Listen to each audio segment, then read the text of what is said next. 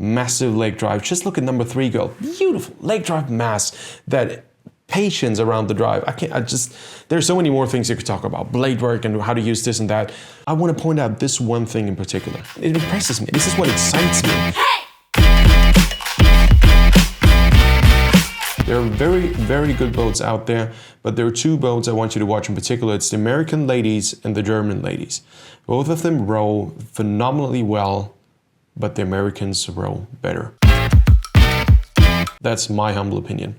And the reason why I think so is that the American ladies have actually a thorough leg drive before the upper body rotates. In one of the last videos, one pointed out, where are the chicks? Because I was talking about the chicks. The Americans are right there. That's the boat I want you to watch. My mouse cursor is right now. That's the Germans in the yellow boat. So these 2 boats are the ones I ask you to watch. And the Americans have a solid leg drive before the upper body comes into effect. And if you watch them row, this creates momentum. It doesn't create a lot of early peak speed. So over the first 250, you will not be in the lead. Now let's look at the Germans. The Germans are in the lead right from the start. Phenomenal start by the Germans. And if you see how they row, they use the upper body right with the leg drive. Their timing, to me, it appears as leg drive, with the leg drive, the upper body right away, and try to use the upper body throughout the entire leg drive. Now what this does, it creates a very early peak. If I had to draw a force curve, an averaged out force curve of the German ladies 8, I reckon it will look a bit like this. So a pretty early peak, and for the rest of the drive, it's very difficult to keep the momentum.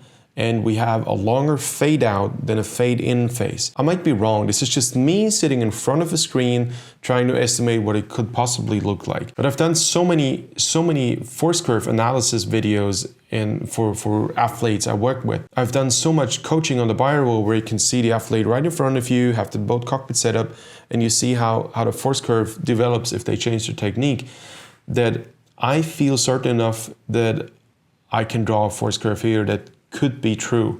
And I'm talking about an averaged out force curve across the entire team. Now, if I had to draw a force curve of the American ladies, they need a little longer to fade in, but they have more of a plateau and a shorter fade out. So they take more time to connect at the catch and try to build over the middle part of the drive where the blade is in a very good angle. You have the choice. If you use the upper body too early, your blade, when it's not in the 90-degree angle, but before the 90-degree angle, so still behind you, when you have a peak right there, that's effective, that's good. But I think it's more effective to use the upper body a little later and to create the peak when the blade is right next to you in the 90-degree angle. The thing is that the boat has already collected quite a bit of speed throughout that drive, so you need to have a lot of upper body motion left to create momentum. But I think this is what the Americans are doing. If you watch their rowing, especially the number 4 girl, she's got to be really tall.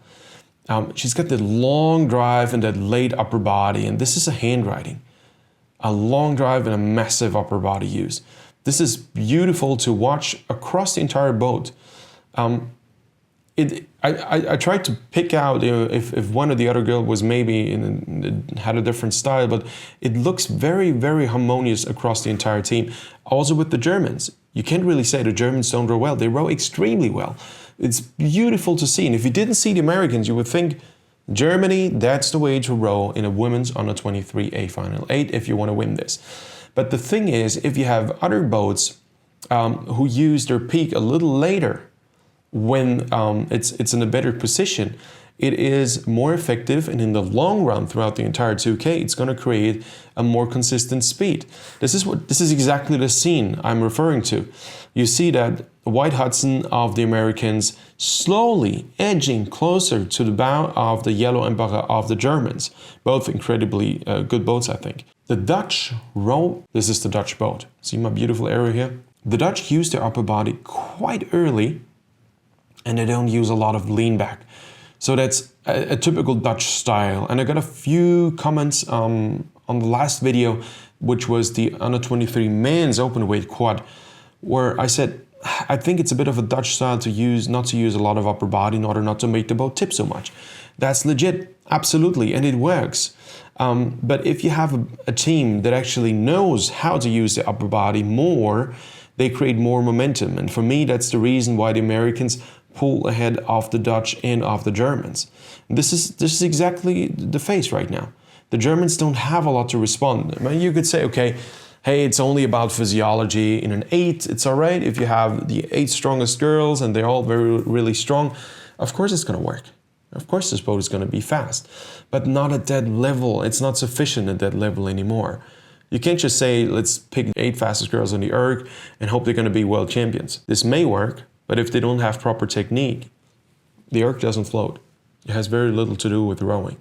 It's a general test of physiology, but it doesn't say how you can use that physiology in the boat. That's what the Americans do very well. A long leg drive. That's a shaky. I'm so sorry. This image is so grainy, but I'm at the same time, I'm glad I can use it. Leg drive and the patience and the leg drive. Maybe this is what fascinates me the most. In an 8, you would usually think a quick drive. And if you aim for a quick drive, there is never patience. It's legs, upper body. It looks like a bit with the Germans. Very early upper body. Also with the Dutch, very early upper body. But the Americans have a lot of patience. Let's go back a couple seconds. Endless patience when they do their leg drive. Long drive, massive power towards the finish. And also in an 8, momentum is what counts. And ultimately, I think this is the reasons why the American 8 is so far ahead. And look at the US boat speed. They are the fastest boat on the course. By far, at the 1250, they have open water. Okay, start, 0. Now, green light, attention, go. Let's go forward. That's 30 seconds into the race. Americans by no means in the lead. Poland, Germany, Netherlands. Poland, Germany, Netherlands. Germany pulling ahead. The boats of the US girls slowly gaining momentum. Germans still pull ahead. Early upper body, quick acceleration. That's very good for early speed. Now comes the American force over the middle part. Long leg drive, mass. Leg drive, mass. 500, Germany still in the lead. Americans in second. 750, Germans still in the lead. It's getting closer. 1,000, Americans in the lead. 250 meters were enough to take the lead. All right, you can say, good, that's pretty normal. And now, momentum pays. 1,000, the next picture we're going to see, it's about 1,250 to 1,500. Have a boat length lead. Almost a full boat length, now a boat length lead. Open water by the 1,250 meter mark. 500 meters were enough to gain half a boat length to catch up, full boat length to be ahead and get open water. It may be you say, okay, but the Germans overpaced the first 750, try to stay in the lead. Yes, possibly. And the Dutch are known for strong final sprints. There are a lot of very good Dutch boats who do a phenomenal final sprint. But you can't beat momentum. If you have the physiology to back it up, massive leg drive. Just look at number 3 girl. Beautiful leg drive mass. That patience around the drive. There's so many more things you could talk about. Blade work and how to use this and that. I want to point out this one thing in particular. It impresses me. This is what excites me. People always say, rowing is an elegant sport. The question is, why? What is it that makes rowing elegant? And what is it that a beginner is missing that a beginner does not look elegant? It's the patience. Know when to apply what. And knowing what to apply here, connect, drive, drive, drive, hang loose, use your mass, solid, rock solid finish, let the boat glide, hands lead out first, upper body goes forward. I mean, this is the last 500 meters of the A final of the Worlds. Everybody's excited. Nobody thinks about, I want to look good right now. Or I may do a video analysis. I really want to look good right now. Forget about the gold medal. It's silly. You just want to be fast. Say, hey, heck yeah, I just want to move that boat. And still, this is how much technique is left. Patience, drive, mass. Send it. Connect, send it. Connect, send it. Yeah, ladies, this is phenomenal. It's absolutely phenomenal. I know some may comment, well, women's collegiate rowing is so well funded in the United States. Of course, they should win. Nobody should win.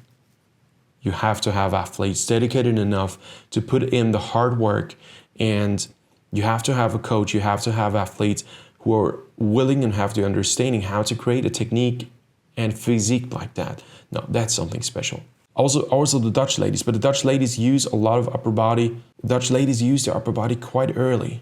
Early usage of upper body, and then the finish doesn't build the same amount of momentum as the Americans have. Leg drive. Now there's not much momentum left. This is where the Americans have a lot more. They send it. And in case you wonder, hey, Aram is American, he's got American accent. No, I'm Austrian. I come from a tiny little country in the center of Europe. I'm Austrian.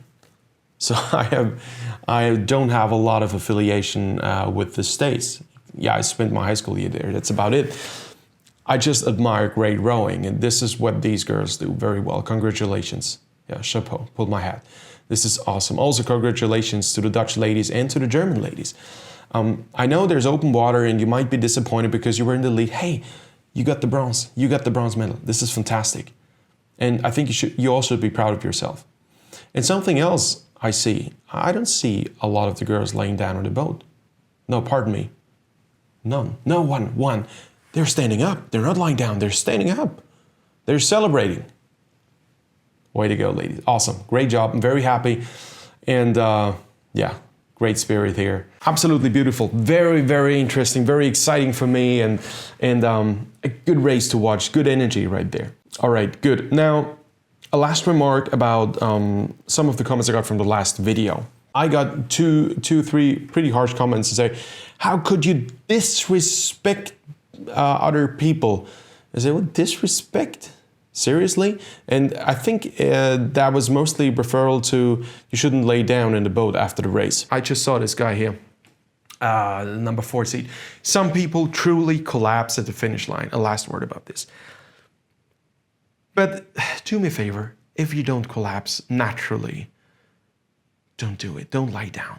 It's not good for your organism. You cannot really go from 100% to 0%. Of course, you're gonna have a high risk of collapsing for real. It didn't happen to you. You actually triggered that. Now, interestingly, the French bow guy actually did collapse for real on the finish line. And this is one of the rare cases. I also said this in one of the comments on the YouTube video. But the thing is, you under-23 athletes, you are role models as well. If you go from full throttle to 0, the risk of collapsing becomes more severe than going full throttle to just sitting. Already requires more body turnover than lying down. And I've seen quite a few young athletes collapsing on the dock because after the race, they saw it was over, they lied down in the boat, they kept on lying for 2-3 minutes. Why? Then it came to the dock and their organism was all over the place. They had to be carried to the ambulance. If they had spent a couple more minutes just to sit around, if possible, do light motion without rowing, just move. That would have been much healthier. So there's a good reason why I said what I said. Maybe I shouldn't have said it was silly, but I'm not the Pope. I'm not the Pope. I'm not a saint. Hey, I've got my opinions, and for a good reason. I wanted to explain that to you. So there's a good reason. I'm not here to judge and say you're stupid. I would never say that. Way too much respect for what everybody does, but always keep in mind, you girls and guys are role models. There's a good reason why cameras are there filming you. Because you belong to a very small group of the best rowers in the world. There's only a handful of them. It's not like there are 3 million. You belong to a very elite group. So you also have a certain amount of responsibility. Now, with this being said, I wish you all the best. Thank you very much to the ladies for such a fantastic race. Thank you to Fisa for allowing me to do the review. That reaction video, go to rmtraining.com, see how we can help you. And I wish you all the best. See you in the next video. Bye-bye.